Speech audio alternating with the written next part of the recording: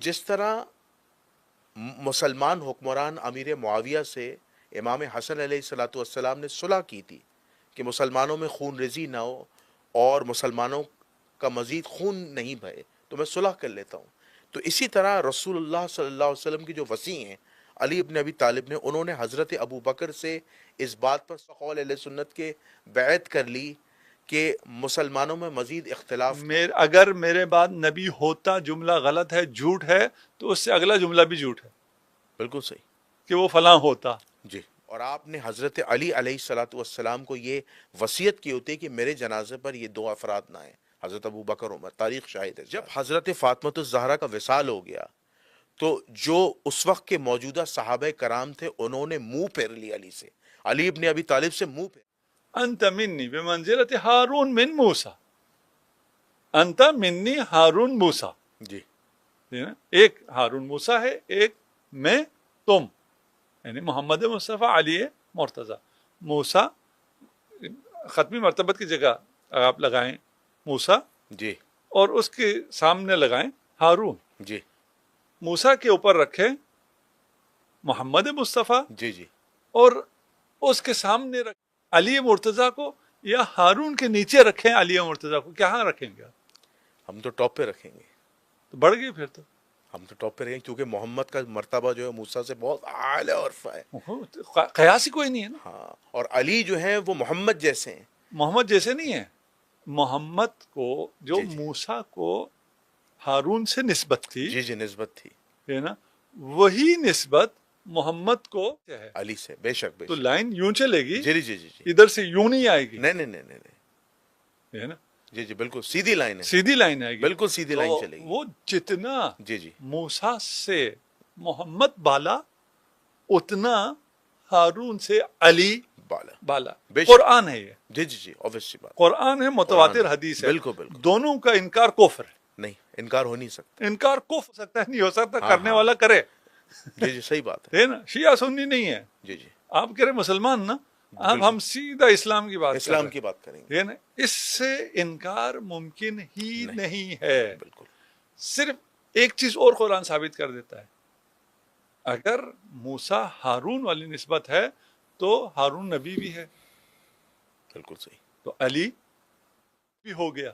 ہاں اس ایک لحاظ نسبت سے. میں ابھی تک نسبت ہو میں. گیا. ہاں نسبت میں. جب کہا انت منی بمنزلت ہارون من موسیٰ، تو علی نبی بھی ہو گیا. اس لیے نبی نے فرمایا کہ میرے بعد کوئی نبی نہیں. نبی نہیں ہوگا. باقی سب وہی ہے، باقی سب وہی لیکن ہے. نبوت بالکل. نہیں ہے. یعنی علی کو سٹیٹس مل گیا، بس نبوت نہیں ہے کیونکہ اللہ نے کیونکہ خاتم النبیین رسول کو بنا دیا. اس قرآن نے نبوت بھی ثابت کی تھی، جی وزارت بھی شامل جی. کی تھی، مشاورت بھی شامل کی تھی، جی جی وصایت بھی شامل کی تھی. جی جی. وہ سب شامل تھا. اس سب میں ایک استثناء ہے، باقی چاروں اپنی جگہ باقی ہیں. جی. ایک استثناء نبوت نہیں ہے. بالکل. اس لیے کہنا پڑا الا انہ لا نبی بعدی، بالکل. میرے بعد کوئی نبی نہیں ہوگا. بالکل یہ سٹیٹمنٹ بالکل صحیح ہے ٹھیک ہے. اور قول صادق ہے. بالکل صحیح. سچ ہے، قول صادق قول ہے. صادق ہے. لیکن ایک جی جو کہ جھوٹ ہے. ہم شیعہ سنی نہیں، ہم ابھی منطق، تعقل، قرآن، حدیث کی بنیاد پر بالکل بات صحیح. کریں. بالکل صحیح. ایک اور سٹیٹمنٹ چلتا ہے کہ میرے بعد اگر کوئی نبی ہوتا. جی یہ سوال کہاں سے آ گیا؟ ہاں یہ سوال ہی کہاں سے آیا؟ انت منی بمنزلہ ہارون سے سوال آیا، اچھا علی نبی بھی ہے؟ جی کہا نہیں، آپ نبی نہیں ہیں. وہ سوال تھا. اگر میرے بعد کوئی نبی ہوتا، میں خاتم الانبیاء ہوں، میرے بعد کوئی نبی نہیں ہوگا، اور پھر میں ہی کہوں اگر میرے بعد کوئی نبی ہوتا. بالکل صحیح. ہوتا ہی نہیں بھیا. اگر ہو نہیں سکتا. آپ خاتم ہیں تو میرے بعد اگر نبی ہوتا کا جملہ ہی غلط ہے. بالکل. جب اگر میرے بعد نبی ہوتا جملہ غلط ہے، جھوٹ ہے، تو اس سے اگلا جملہ بھی جھوٹ ہے بالکل صحیح. کہ وہ فلاں ہوتا. جی تو آپ کا سوال کیا تھا؟ اشارے میں ہم آپ کے سوال وہ بھول گئے. جی جی میرا سوال یہ تھا کہ کتنی بڑی ستم ظرفی ہے، ظلم ہے کہ یہ کہنا کہ رسول کسی کو وصی نہیں بنا کے گئے تھے، اور کوئی بھی عرب کا کالا بدو آ جائے رسول کی گدی پہ بیٹھ کے ہی کہے، گدی نشین پہ، کہ میں خلیفۃ الرسول، دعویدار بن جائے. وہ تو جھوٹ ہے. جھوٹ اس کو کیا کر سکتے ہیں؟ جی عقلاً بھی ممکن نہیں ہے، جی نقلاً بھی ممکن جی نہیں ہے، پھر ثابت ہے نا، یعنی ایک دو تین چیزوں سے ثابت نہیں، متعیات سے ثابت ہے. جی تو اس لیے اس کو تو خیر شیعہ سنی کے بحث سے بالاتر ہو کے ہم جی کہہ سکتے ہیں کہ یہ بات ممکن نہیں ہے. ممکن ہے نہیں نا؟ اور وہ بھی امت کے لیے جو اتنا اہم تھا، جو دفن رسول خدا سے زیادہ اہم تھا، ہے. جی اس امر کو خود رسول خدا یوں ہی چھوڑ کے چلے جی گیا. جو خدا اعلان کر رہا ہے انما ولیکم اللہ، جی کہ جو حاکمیت اعلیٰ ہے وہ صرف اللہ کی، وہ حاکمیت اعلیٰ آگے چل کے پھر خاموش، رسول بالکل کے صحیح. بعد خاموش. بالکل اور وہ چھوڑ دیا جی امرکم شورا بینکم پر، یہ اور کوئی چیز نہیں چھوڑی. بالکل صحیح. یعنی مسواک کیسے کرنی ہے ہم پہ نہیں چھوڑا، واش روم میں کیسے جانا ہے ہم پہ نہیں چھوڑا کہ بھئی تم خود ہی مشورہ کر کے کر لو کہ پہلا دائیں پاؤں رکھنا ہے یا بائیں پاؤں جی رکھنا ہے. وہ سارا بتا دیا. بالکل یہ آپ نے کوئی آپ جزئی سی جزئی چیز سب بتایا، کہیں نہیں کہا یہ تمہارا معاملہ ہے تم خود ہی. اور یہ جو سب سے اہم مسئلہ ہے وہ اس کو کہہ دیا کہ تم خود ہی کرو. جبکہ جس طرح ولایت علی ابن ابی طالب کو جی بیان کیا ہے، یا چھوڑ دیں میں فی الحال آپ کہنا شیعہ سنی ولایت علی ابن ابی طالب کو نہیں، جس طرح وصایت اور اپنی خلافت کو بیان کیا ہے، جی ابھی جی جس مرضی کے حق میں بیان کیا ہو، جی جی اس طرح کا کوئی بیان کسی اور امر کے لیے نہیں ہے. بالکل صحیح. بالکل صحیح. بخاری اور مسلم کے اندر متفقہ علیہ یہ روایت ہے، اور اہل تشیعوں کی بھی یہ روایت ہے. سب یہ روایت نقل ہوئی ہے، تاریخ کی بڑی بڑی کتابوں میں یہ روایت نقل ہوئی ہے. روایت جو ہے وہ بخاری اور مسلم میں آئی ہے اور یہ متفقہ علیہ ہے. بخاری کا نمبر ہے 4240 اور صحیح مسلم کا نمبر ہے 4580. یہ آپ نے ذہن میں رکھنا ہے. تو حضرت ابو بکر جو ہیں وہ میراث دینے سے منع کر دیتے ہیں اور ایک عذر پیش کرتے ہیں، ایک حدیث دلیل کے طور پر آتے ہیں کہ انبیاء کی کوئی وراثت نہیں ہوتی، انبیاء جو کچھ چھوڑ کے جاتے ہیں وہ صدقہ ہوتا ہے. اس کے بعد جب یہ پیغام حضرت سلام اللہ علیہ تک پہنچتا ہے تو تاریخ اس بات کی شاہد اور گواہ ہے کہ آپ، بخاری و مسلم کی روایت کے مطابق، آپ ناراض ہوتی ہیں، غضب ناک ہوتی ہیں. آپ حضرت ابو بکر سے ترک تعلق اختیار کر لیتی ہیں اور آپ نے حضرت علی علیہ الصلوۃ والسلام وصیت کی ہوتی ہے کہ میرے جنازے پر یہ دو افراد نہ آئیں، حضرت ابو بکر عمر. تاریخ شاہد ہے اس بات کی. اور راتوں رات اس وصیت پر مولا کائنات عمل کرتے ہوئے حضرت فاطمہ الزہرا کی نماز جنازہ پڑھاتے ہیں اور تدفین ہو جاتی ہے، اور خلیفہ اول کو یہ بات پتہ نہیں چلتی. اس کے بعد ہے کہ جب تک فاطمہ الزہرا سلام اللہ علیہا زندہ رہیں، لوگ حضرت علی سے سلام دعا اور عقیدت رکھتے رہے. جب حضرت فاطمہ الزہرا کا وصال ہو گیا تو جو اس وقت کے موجودہ صحابہ کرام تھے انہوں نے منہ پھیر لیا علی سے، علی ابن ابی طالب سے منہ پھیر لیے. تو اس وقت حضرت علی ابن ابی طالب علیہ السلام نے ابو بکر سے صلح کرنا چاہیے. تو اس کے بعد صلح کا پیغام بھیجا کہ آپ میرے گھر آئیں، مجھ سے ملیں. اس کے بعد عمر بن الخطاب کو یہ بات، خطاب ابو بکر صدیق کو کہتے ہیں کہ آپ اکیلے مت جائیں، ہو سکتا ہے علی کچھ آپ کے ساتھ کر دیں. ٹھیک ہے. تو ابو بکر صدیق کہتے ہیں کہ وہ میرے ساتھ کیا کریں گے، مجھے جانا ہے. ابو بکر حضرت علی مولا علیہ السلام کے گھر جاتے ہیں. اس وقت مولا کائنات علی ابن ابی طالب اپنا شکوہ ڈسکس کرتے ہیں. وہ کہتے ہیں کہ اے ابا بکر، ہم تو آپ کی فضیلت کے قائل تھے کہ آپ کو اللہ نے جو فضیلت دی اور جو ہم نے رسول سے سنی ہے، لیکن کیا آپ کو کہ جب رسول کا وصال ہوا تھا اور آپ لوگ خلافت کا مشورہ کر رہے تھے تو آپ نے اس خلافت کے معاملے میں اپنی منمانی سے کام لیا. یہ الفاظ ہیں بخاری و مسلم کے، اپنی منمانی سے کام لیا. ہم رسول اللہ کے اقربا ہونے کے ناطے، رسول اللہ کے قریب رشتہ دار ہونے کے ناطے اس بات کا حق رکھتے کہ اس امر خلافت میں ہمیں بھی شامل کیا جاتا. تو حضرت ابو بکر کیا کرتے ہیں، ندامت میں، شرمندگی میں رونا شروع کر دیتے ہیں. اس کے بعد حدیث کے الفاظ آتے ہیں کہ حضرت علی کہتے ہیں کہ ٹھیک ہے، میں آپ کی مسجد نبوی میں جا کے بیعت کروں گا. اور وہ اپنا شکوہ بھی بتاتے ہیں دوبارہ سے تمام مسلمانوں کو کہ میں نے ابو بکر کی بیعت کیوں نہیں کی 6 مہینے تک. اور اس کے بعد بیعت ہو جاتی ہے اور مسلمان وہ کر لیتے ہیں.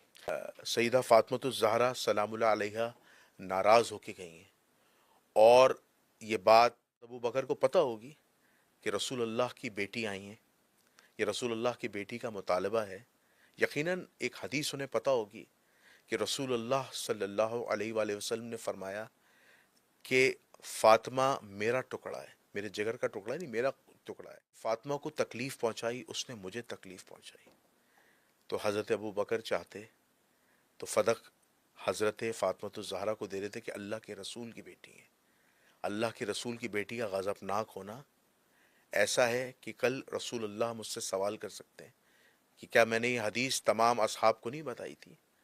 تو میں سمجھتا ہوں کہ کیا یہ حسن ظن رکھ لیتے تو آج امت مسلم اختلاف نہ ہوتا، آج عدالت صحابہ پہ سوالات نہ اٹھتے کہ سید النساء اہل الجنہ کا ناراض ہونا دراصل بقول آپ کے جو آپ نے حدیث پیش کی اللہ کا ناراض ہونا. اس پہ آپ کا کیا موقف ہے؟ من اغضبها فقط اغضبنی، جس سے جناب سیدہ ناراض ہو گئی اس نے مجھے ناراض کی. بے شک، بلکہ یہ بھی کہا کہ میں اپنے بابا سے شکایت بھی کروں گی. دیکھیے یہ بہت چھوٹی بات ہے، جی یہ بہت چھوٹی بات ہے. آپ پھر بھی کوئی صغرا کبرا کوئی نہ کوئی کہیں سے کوئی چیز نکال جی سکتے ہیں کہ جناب سیدہ کی ناراضگی رسول کی ناراضگی ہے، یہ پتنی کہا ہے، اس کا کیا مطلب ہے.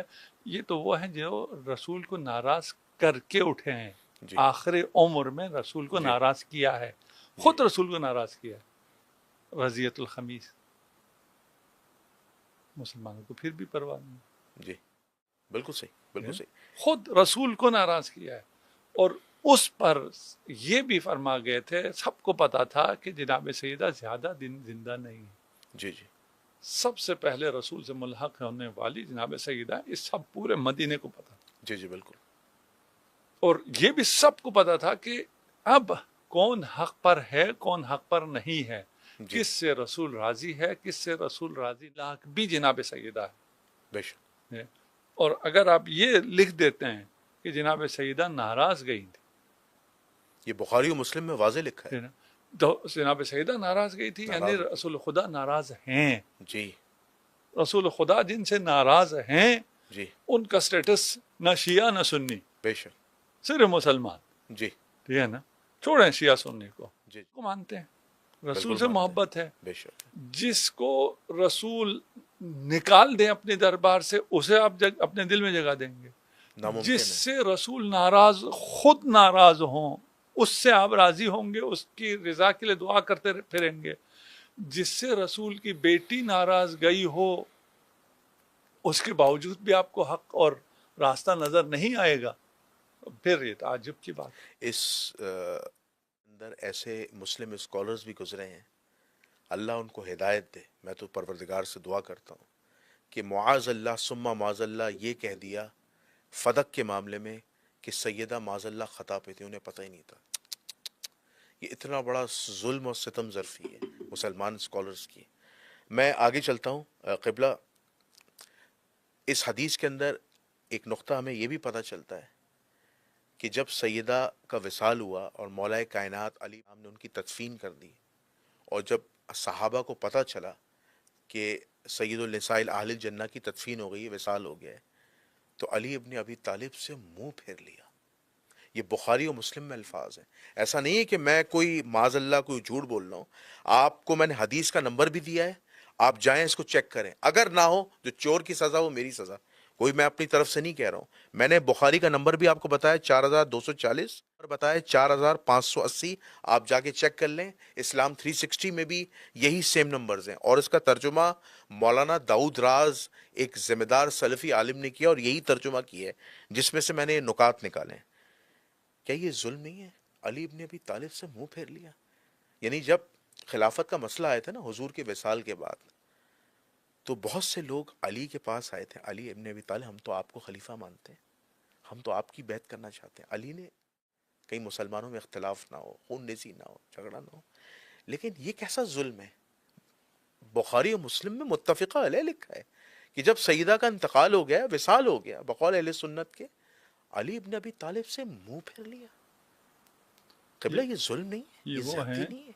یہ وہ ہیں جنہوں نے رسول سے منہ پھیر لیا، اللہ جنہوں نے اس سے پہلے خود علی سے بھی منہ پھیرا اور جناب سیدہ سے بھی